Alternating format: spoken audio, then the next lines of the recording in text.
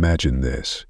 You're dressed in layers upon layers of fabric, petticoats stiff with starch, a corset pulling your waist into a waspish shape, and a crinoline so wide it might knock over a small table just by turning. Your hair is pinned, powdered, and perfumed. You're sipping tepid tea in a golden ballroom under chandeliers that haven't been cleaned in a decade, the smell of too many bodies mixing with lavender water and sweat. You smile, curtsy, fan yourself gracefully, and then nature calls. Suddenly elegance turns to panic. Because now, in this maze of fabric and social rules, you're faced with the unthinkable question: how do you go to the bathroom? Where do you go? And more disturbingly, how did women even manage menstruation in these elaborate cages of fashion?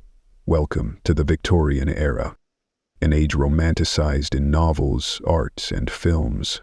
But beneath the satin and lace, it was a world festering with filth, disease, and unspeakable hardship, especially for women. Beneath the gilded surface, the era's obsession with appearances masked a dark, relentless struggle to simply stay clean. Indoor plumbing was rare. Flushing toilets were fantasies found in engineering blueprints, not reality. Even in the grandest manners, the concept of a bathroom as we know it today barely existed. When nature called, it wasn't answered with privacy or dignity. It was answered wherever it could be, behind a hedge, in a corner of the room, or most commonly, into a pot, a literal pot. The infamous chamber pot, known in Britain as a jerry. Ceramic, metal, sometimes even painted with flowers to ease the horror of its true purpose. No running water, no drain pipes, just a lid, and the hope that no one would tip it over. And if you didn't have one, well, then you went outside and hoped you weren't seen. The phrase, "didn't have a pot to piss in," wasn't a clever insult. It was a harsh reality of poverty, where even basic relief required ownership. And when the pot was full, you opened your window and threw it into the street. No joke. The phrase "Gardez-vous," a warning cry meaning "watch out for the water," would echo through the air as human waste rained down from above. People walked the streets with umbrellas not for the weather but for protection from airborne horrors. High heels, not a fashion statement, a necessity to lift one's feet above the sludge-filled gutters. Imagine a city that constantly smelled like a public toilet, because that's exactly what it was. Filth pooled in alleys, sewage flowed down cobbled roads, and in the wealthiest homes, chamber pots were hidden in disguised furniture, cabinets, bedside tables, even chairs with holes carved into the seat. Out of sight, but never truly out of smell. Servants would rush from room to room emptying pots, their hands carrying the unspoken burden of the entire household's humanity. But here's where it gets even stranger. Waste wasn't always thrown away.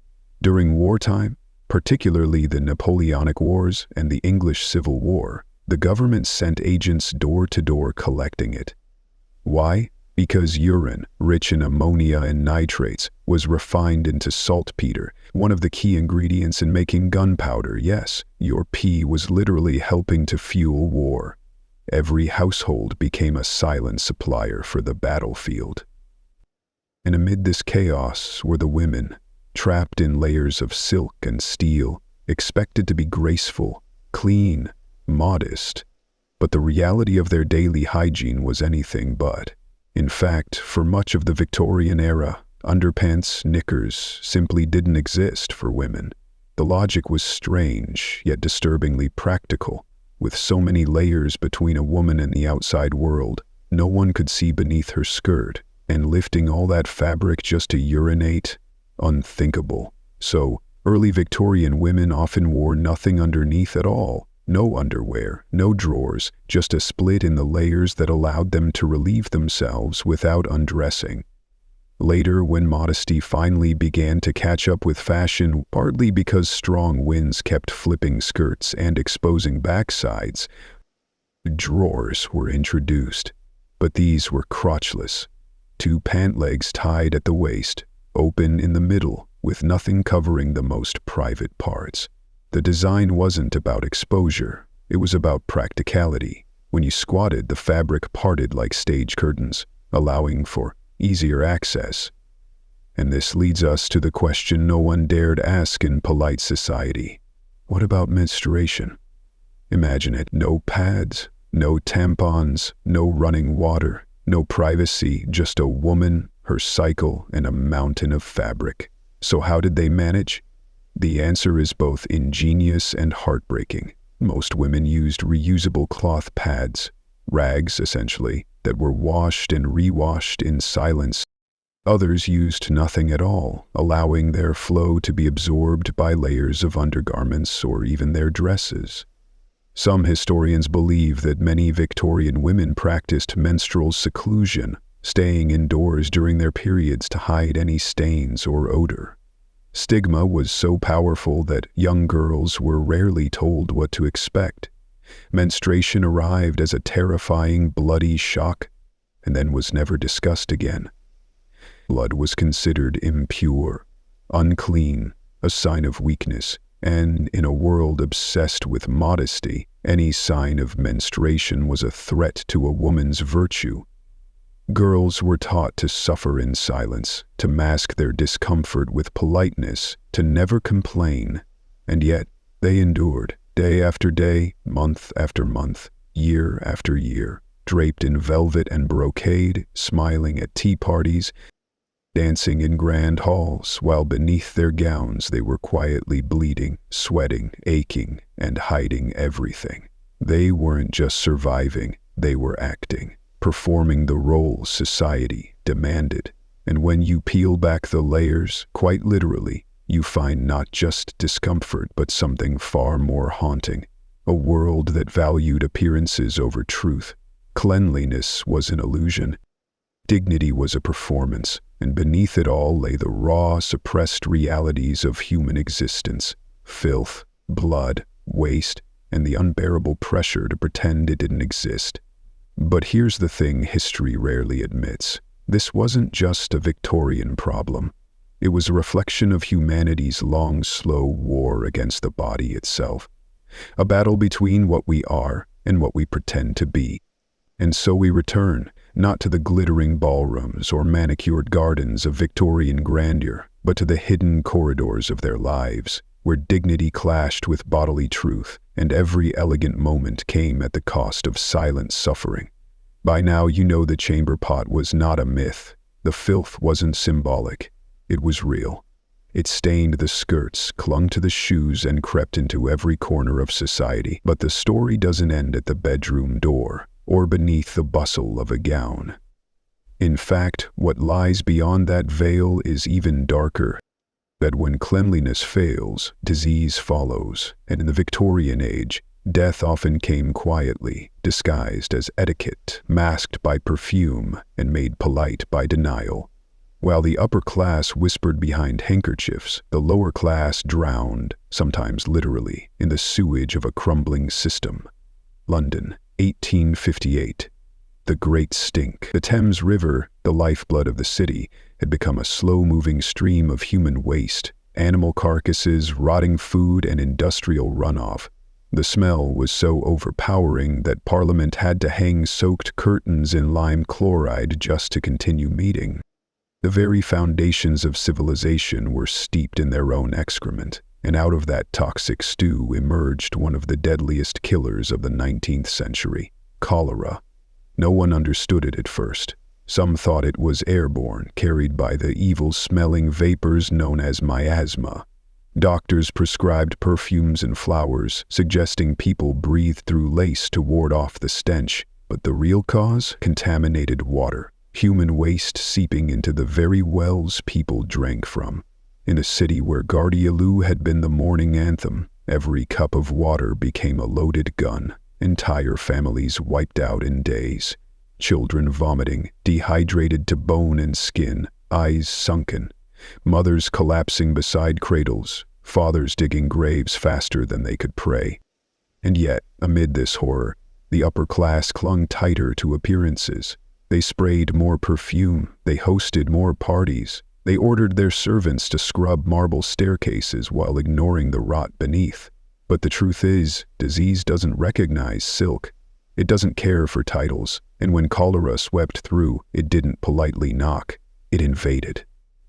And in that same era of invisible killers, another nightmare lurked inside the very clothing they wore: arsenic. The silent, green death. Used in everything from wallpaper to fabric dye, arsenic was a staple of Victorian fashion. The most sought-out of shade? Paris green, a brilliant, rich emerald that adorned dresses, artificial flowers, children's toys, and killed slowly.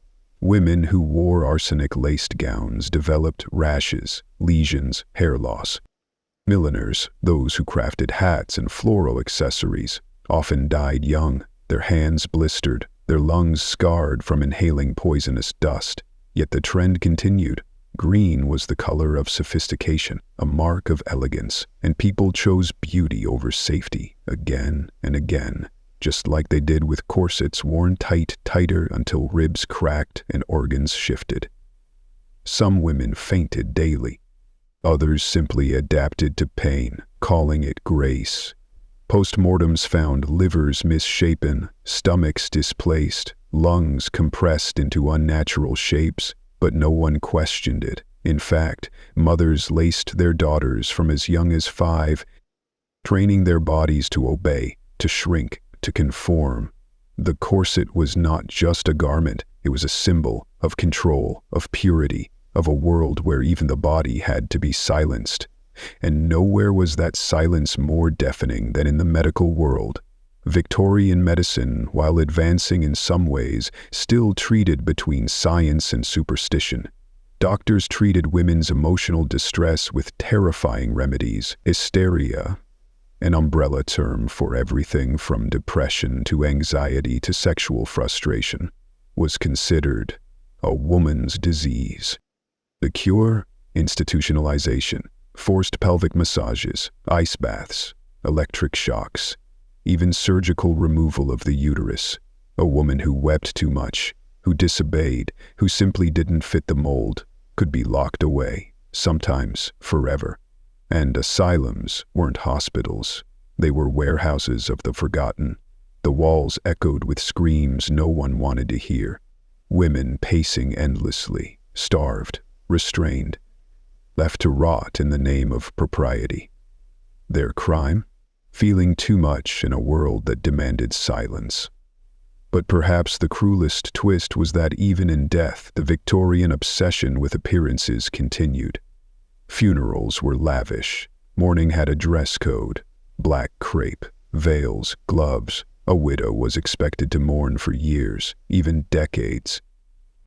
Of a walking monument to grief. And yet, behind closed doors, bodies were buried with no embalming, no refrigeration, sometimes no coffin at all. Corpses decayed in shallow graves. Rats invaded cemeteries. Floods unearthed the dead. The stench of death returned again and again, no matter how much perfume was sprayed. And yet people kept pretending it wasn't there, that filth could be painted over, that suffering could be dressed up, that the human body could be controlled, disguised, silenced. But history remembers. It remembers what the portraits refused to show. The stained sheets, the cracked skin, the screams from locked rooms, the quiet heroism of every woman who endured the unbearable, every child who played in streets of sewage, every man who emptied chamber pots and whispered to himself that one day the world might change, and it did.